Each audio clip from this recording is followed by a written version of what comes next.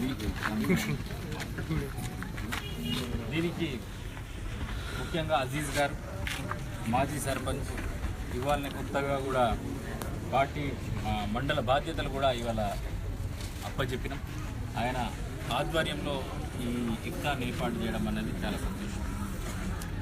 ఈ కార్యక్రమానికి ముఖ్య అతిథిగా మా సోదరి ఆపిల్ లలిత గారు, అలాగే పార్టీ బాధ్యతలు ఎన్నో ఇళ్ళుగా మోస్తున్న మా సీనియర్ పార్టీ నాయకులు, పార్టీ అధ్యక్షులు దార్బిన్ ఉందాన్ గారు, అలాగే సుమేర్ గారు, ఇక్కడ మోర్తాడ్ నాయకులకు, అలాగే నియోజకవర్గ నాయకులందరికీ, నా ముస్లిం సోదరులందరికీ కూడా ఈ సందర్భంగా నా హృదయపూర్వక నమస్కారం.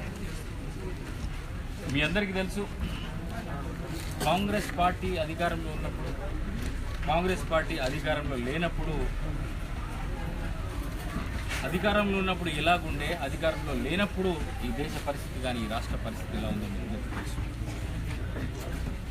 ఇవాళ కేంద్రంలో మీరు చూస్తున్నారు, బీజేపీ అధికారంలోకి వచ్చిన తర్వాత ఎలాంటి పరిస్థితి ఉందో ఈ దేశంలో మీ అందరికీ తెలియదు కాదు.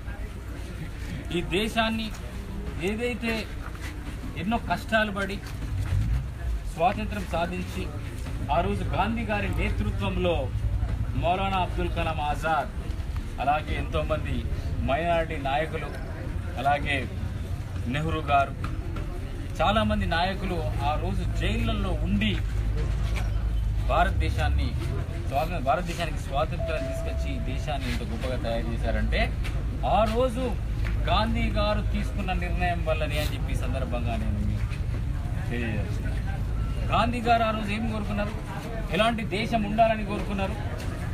పాకిస్తాన్ ఒక ముస్లిం దేశంగా ఏర్పడితే గాంధీ గారు మాత్రం ఒక ఇస్లామిక్ కంట్రీగా నేను ఒప్పుకోను, అందరం కలిసి ఇక్కడ ఉండాలి, ఒక హిందూ కంట్రీగా కూడా నేను ఒప్పుకోను, హిందూ ముస్లింలు కలిసి ఉండి ఈ దేశాన్ని నిర్మించుకోవాలని చెప్పేసి ఆ రోజు మౌలానా అబ్దుల్ కలాం ఆజాద్ గారితో సహా అందరూ కూడా ఇవాళ గాంధీ గారినే చతుర్బని అసలు గాంధీ గారి కులం మనకేమో తెలుసా? ఎవరికైనా ఇక్కడ తెలుసా గాంధీ గారి కులం ఏంటిదో తెలియదు. కానీ ఇవాళ అమిత్ షా లాంటి నాయకులు గాంధీ గారి కులం గురించి కూడా మాట్లాడే పరిస్థితి వచ్చింది. గాంధీ గారు ఒక కులానికో ఒక మతానికో సంబంధించిన వ్యక్తి కాడు. ఈ గాంధీ గారు జాతిపిత, ఈ దేశ నిర్మాత. ఆయన గురించే, ఆయన త్యాగాల గురించి ఎంతైనా తక్కువని. చంపింది వాళ్ళు. ఇవాళ వాళ్ళు గాంధీ గారి గురించి ఒక చతుర్బనియా అంటే ఒక ఏది హుషారైన కోమటైన అని చెప్పేసి అంత నిర్లక్ష్యంగా, అంత అధ్వానంగా మాట్లాడినట్టు, అంత దుర్భాషలాడుతూ ఒక అమిత్ షా, ఒక పార్టీ ప్రెసిడెంట్ మాట్లాడిందంటే ఈ దేశం ఎటుపోతుందో మనం ఆలోచించుకోవాల్సిన అవసరం ఉన్నది. ఇవాళ ప్రతి పౌరుడు, ఈ దేశ పౌరుడు ఆలోచించాల్సిన బాధ్యత కూడా ఉన్నది. ఈ దేశాన్ని కష్టపడి నిర్మించుకున్నాం. ఇవాళ ఈ దేశం, ఈ భారతదేశం ప్రపంచ దేశాలతో, అమెరికా లాంటి దేశాలతో ఇవాళ కంపీట్ చేస్తున్నదంటే ఆ రోజు మన నాయకులు దూరదృష్టితో వేసిన పునాదులే అని చెప్పగలం. కాబట్టి హిందూ ముస్లింలంతా కలిసి ఉండాలి, ఈ దేశాన్ని నిర్మించుకోవాలి, ఈ దేశాన్ని పటిష్టం చేయాలి, ఈ దేశం గర్వపడేలా మన అందరం కూడా కలిసిమెలిసి ఉండాలని చెప్పేసి ఈ సందర్భంగా తెలియజేస్తూ, కాంగ్రెస్ పార్టీ ఇప్పుడు కూడా ముస్లిం సోదరులకు అన్ని రకాలుగా అండగా ఉండే 4% రిజర్వేషన్లు ఇవ్వడం వల్లనే ఇవాళ వేల మంది ముస్లిం సోదరులు ఇంజనీర్లు అవుతున్నారు, డాక్టర్లు అవుతున్నారంటే ఆ రోజు కాంగ్రెస్ పార్టీ దూరదృష్టితో తీసుకున్న నిర్ణయమే. మరి వాళ్ళ టీఆర్ఎస్ వచ్చింది, ఎన్నో వాగ్దానాలు చేసిండు, షాదీ ముబారక్ అంటుండు. షాదీ ముబారక్ ఎన్ని ఇస్తుండో కూడా తెలియదు.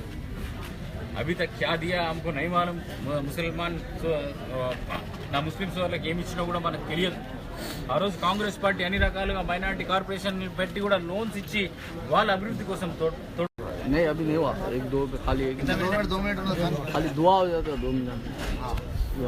కాబట్టి ఇవాళ టీఆర్ఎస్ పార్టీ అధికారంలోకి వచ్చి నుంచి నా ముస్లిం సోదరులకు ఏం చేసినావు అని అడుగుతున్నాం. ఈ సందర్భంగా ఒకటే డిమాండ్ చేస్తున్నాం, నువ్వేదైతే 12% రిజర్వేషన్లు ఇస్తానన్నావో ఆ 12% రిజర్వేషన్లు అమలు చేసి చూపెట్టు, లేకపోతే నాకు చేత కాదని చెప్పేసి చెప్పని సందర్భంగా కాంగ్రెస్ పార్టీ డిమాండ్ చేస్తాం. ఎప్పుడు కూడా ముస్లిం సోదరులకు వాళ్ళ అభివృద్ధికి తప్పకుండా కాంగ్రెస్ పార్టీ అంతకుముందు తోడ్పడ్డది. రాబోయే కాలంలో కూడా కాంగ్రెస్ పార్టీ ఎప్పటికి కూడా ముస్లిం సోదరులకు, నా ముస్లిం కమ్యూనిటీకి తప్పకుండా అండగా ఉంటుందని తెలియజేస్తూ, ఈ దేశాన్ని కాపాడుకోవాలంటే కాంగ్రెస్ పార్టీని పటిష్టం చేయాల్సిన బాధ్యత నా ముస్లిం సోదరులపై ఉందని చెప్పి ఈ సందర్భంగా తెలియజేస్తూ ఈ అవకాశాన్ని ఇచ్చిన మీ అందరికీ ధన్యవాదాలు తెలియజేస్తున్నాను. इफ्तार पार्टी के बाद तमाम लोगों को काम का एहतमाम किया गया है, खाने का तमाम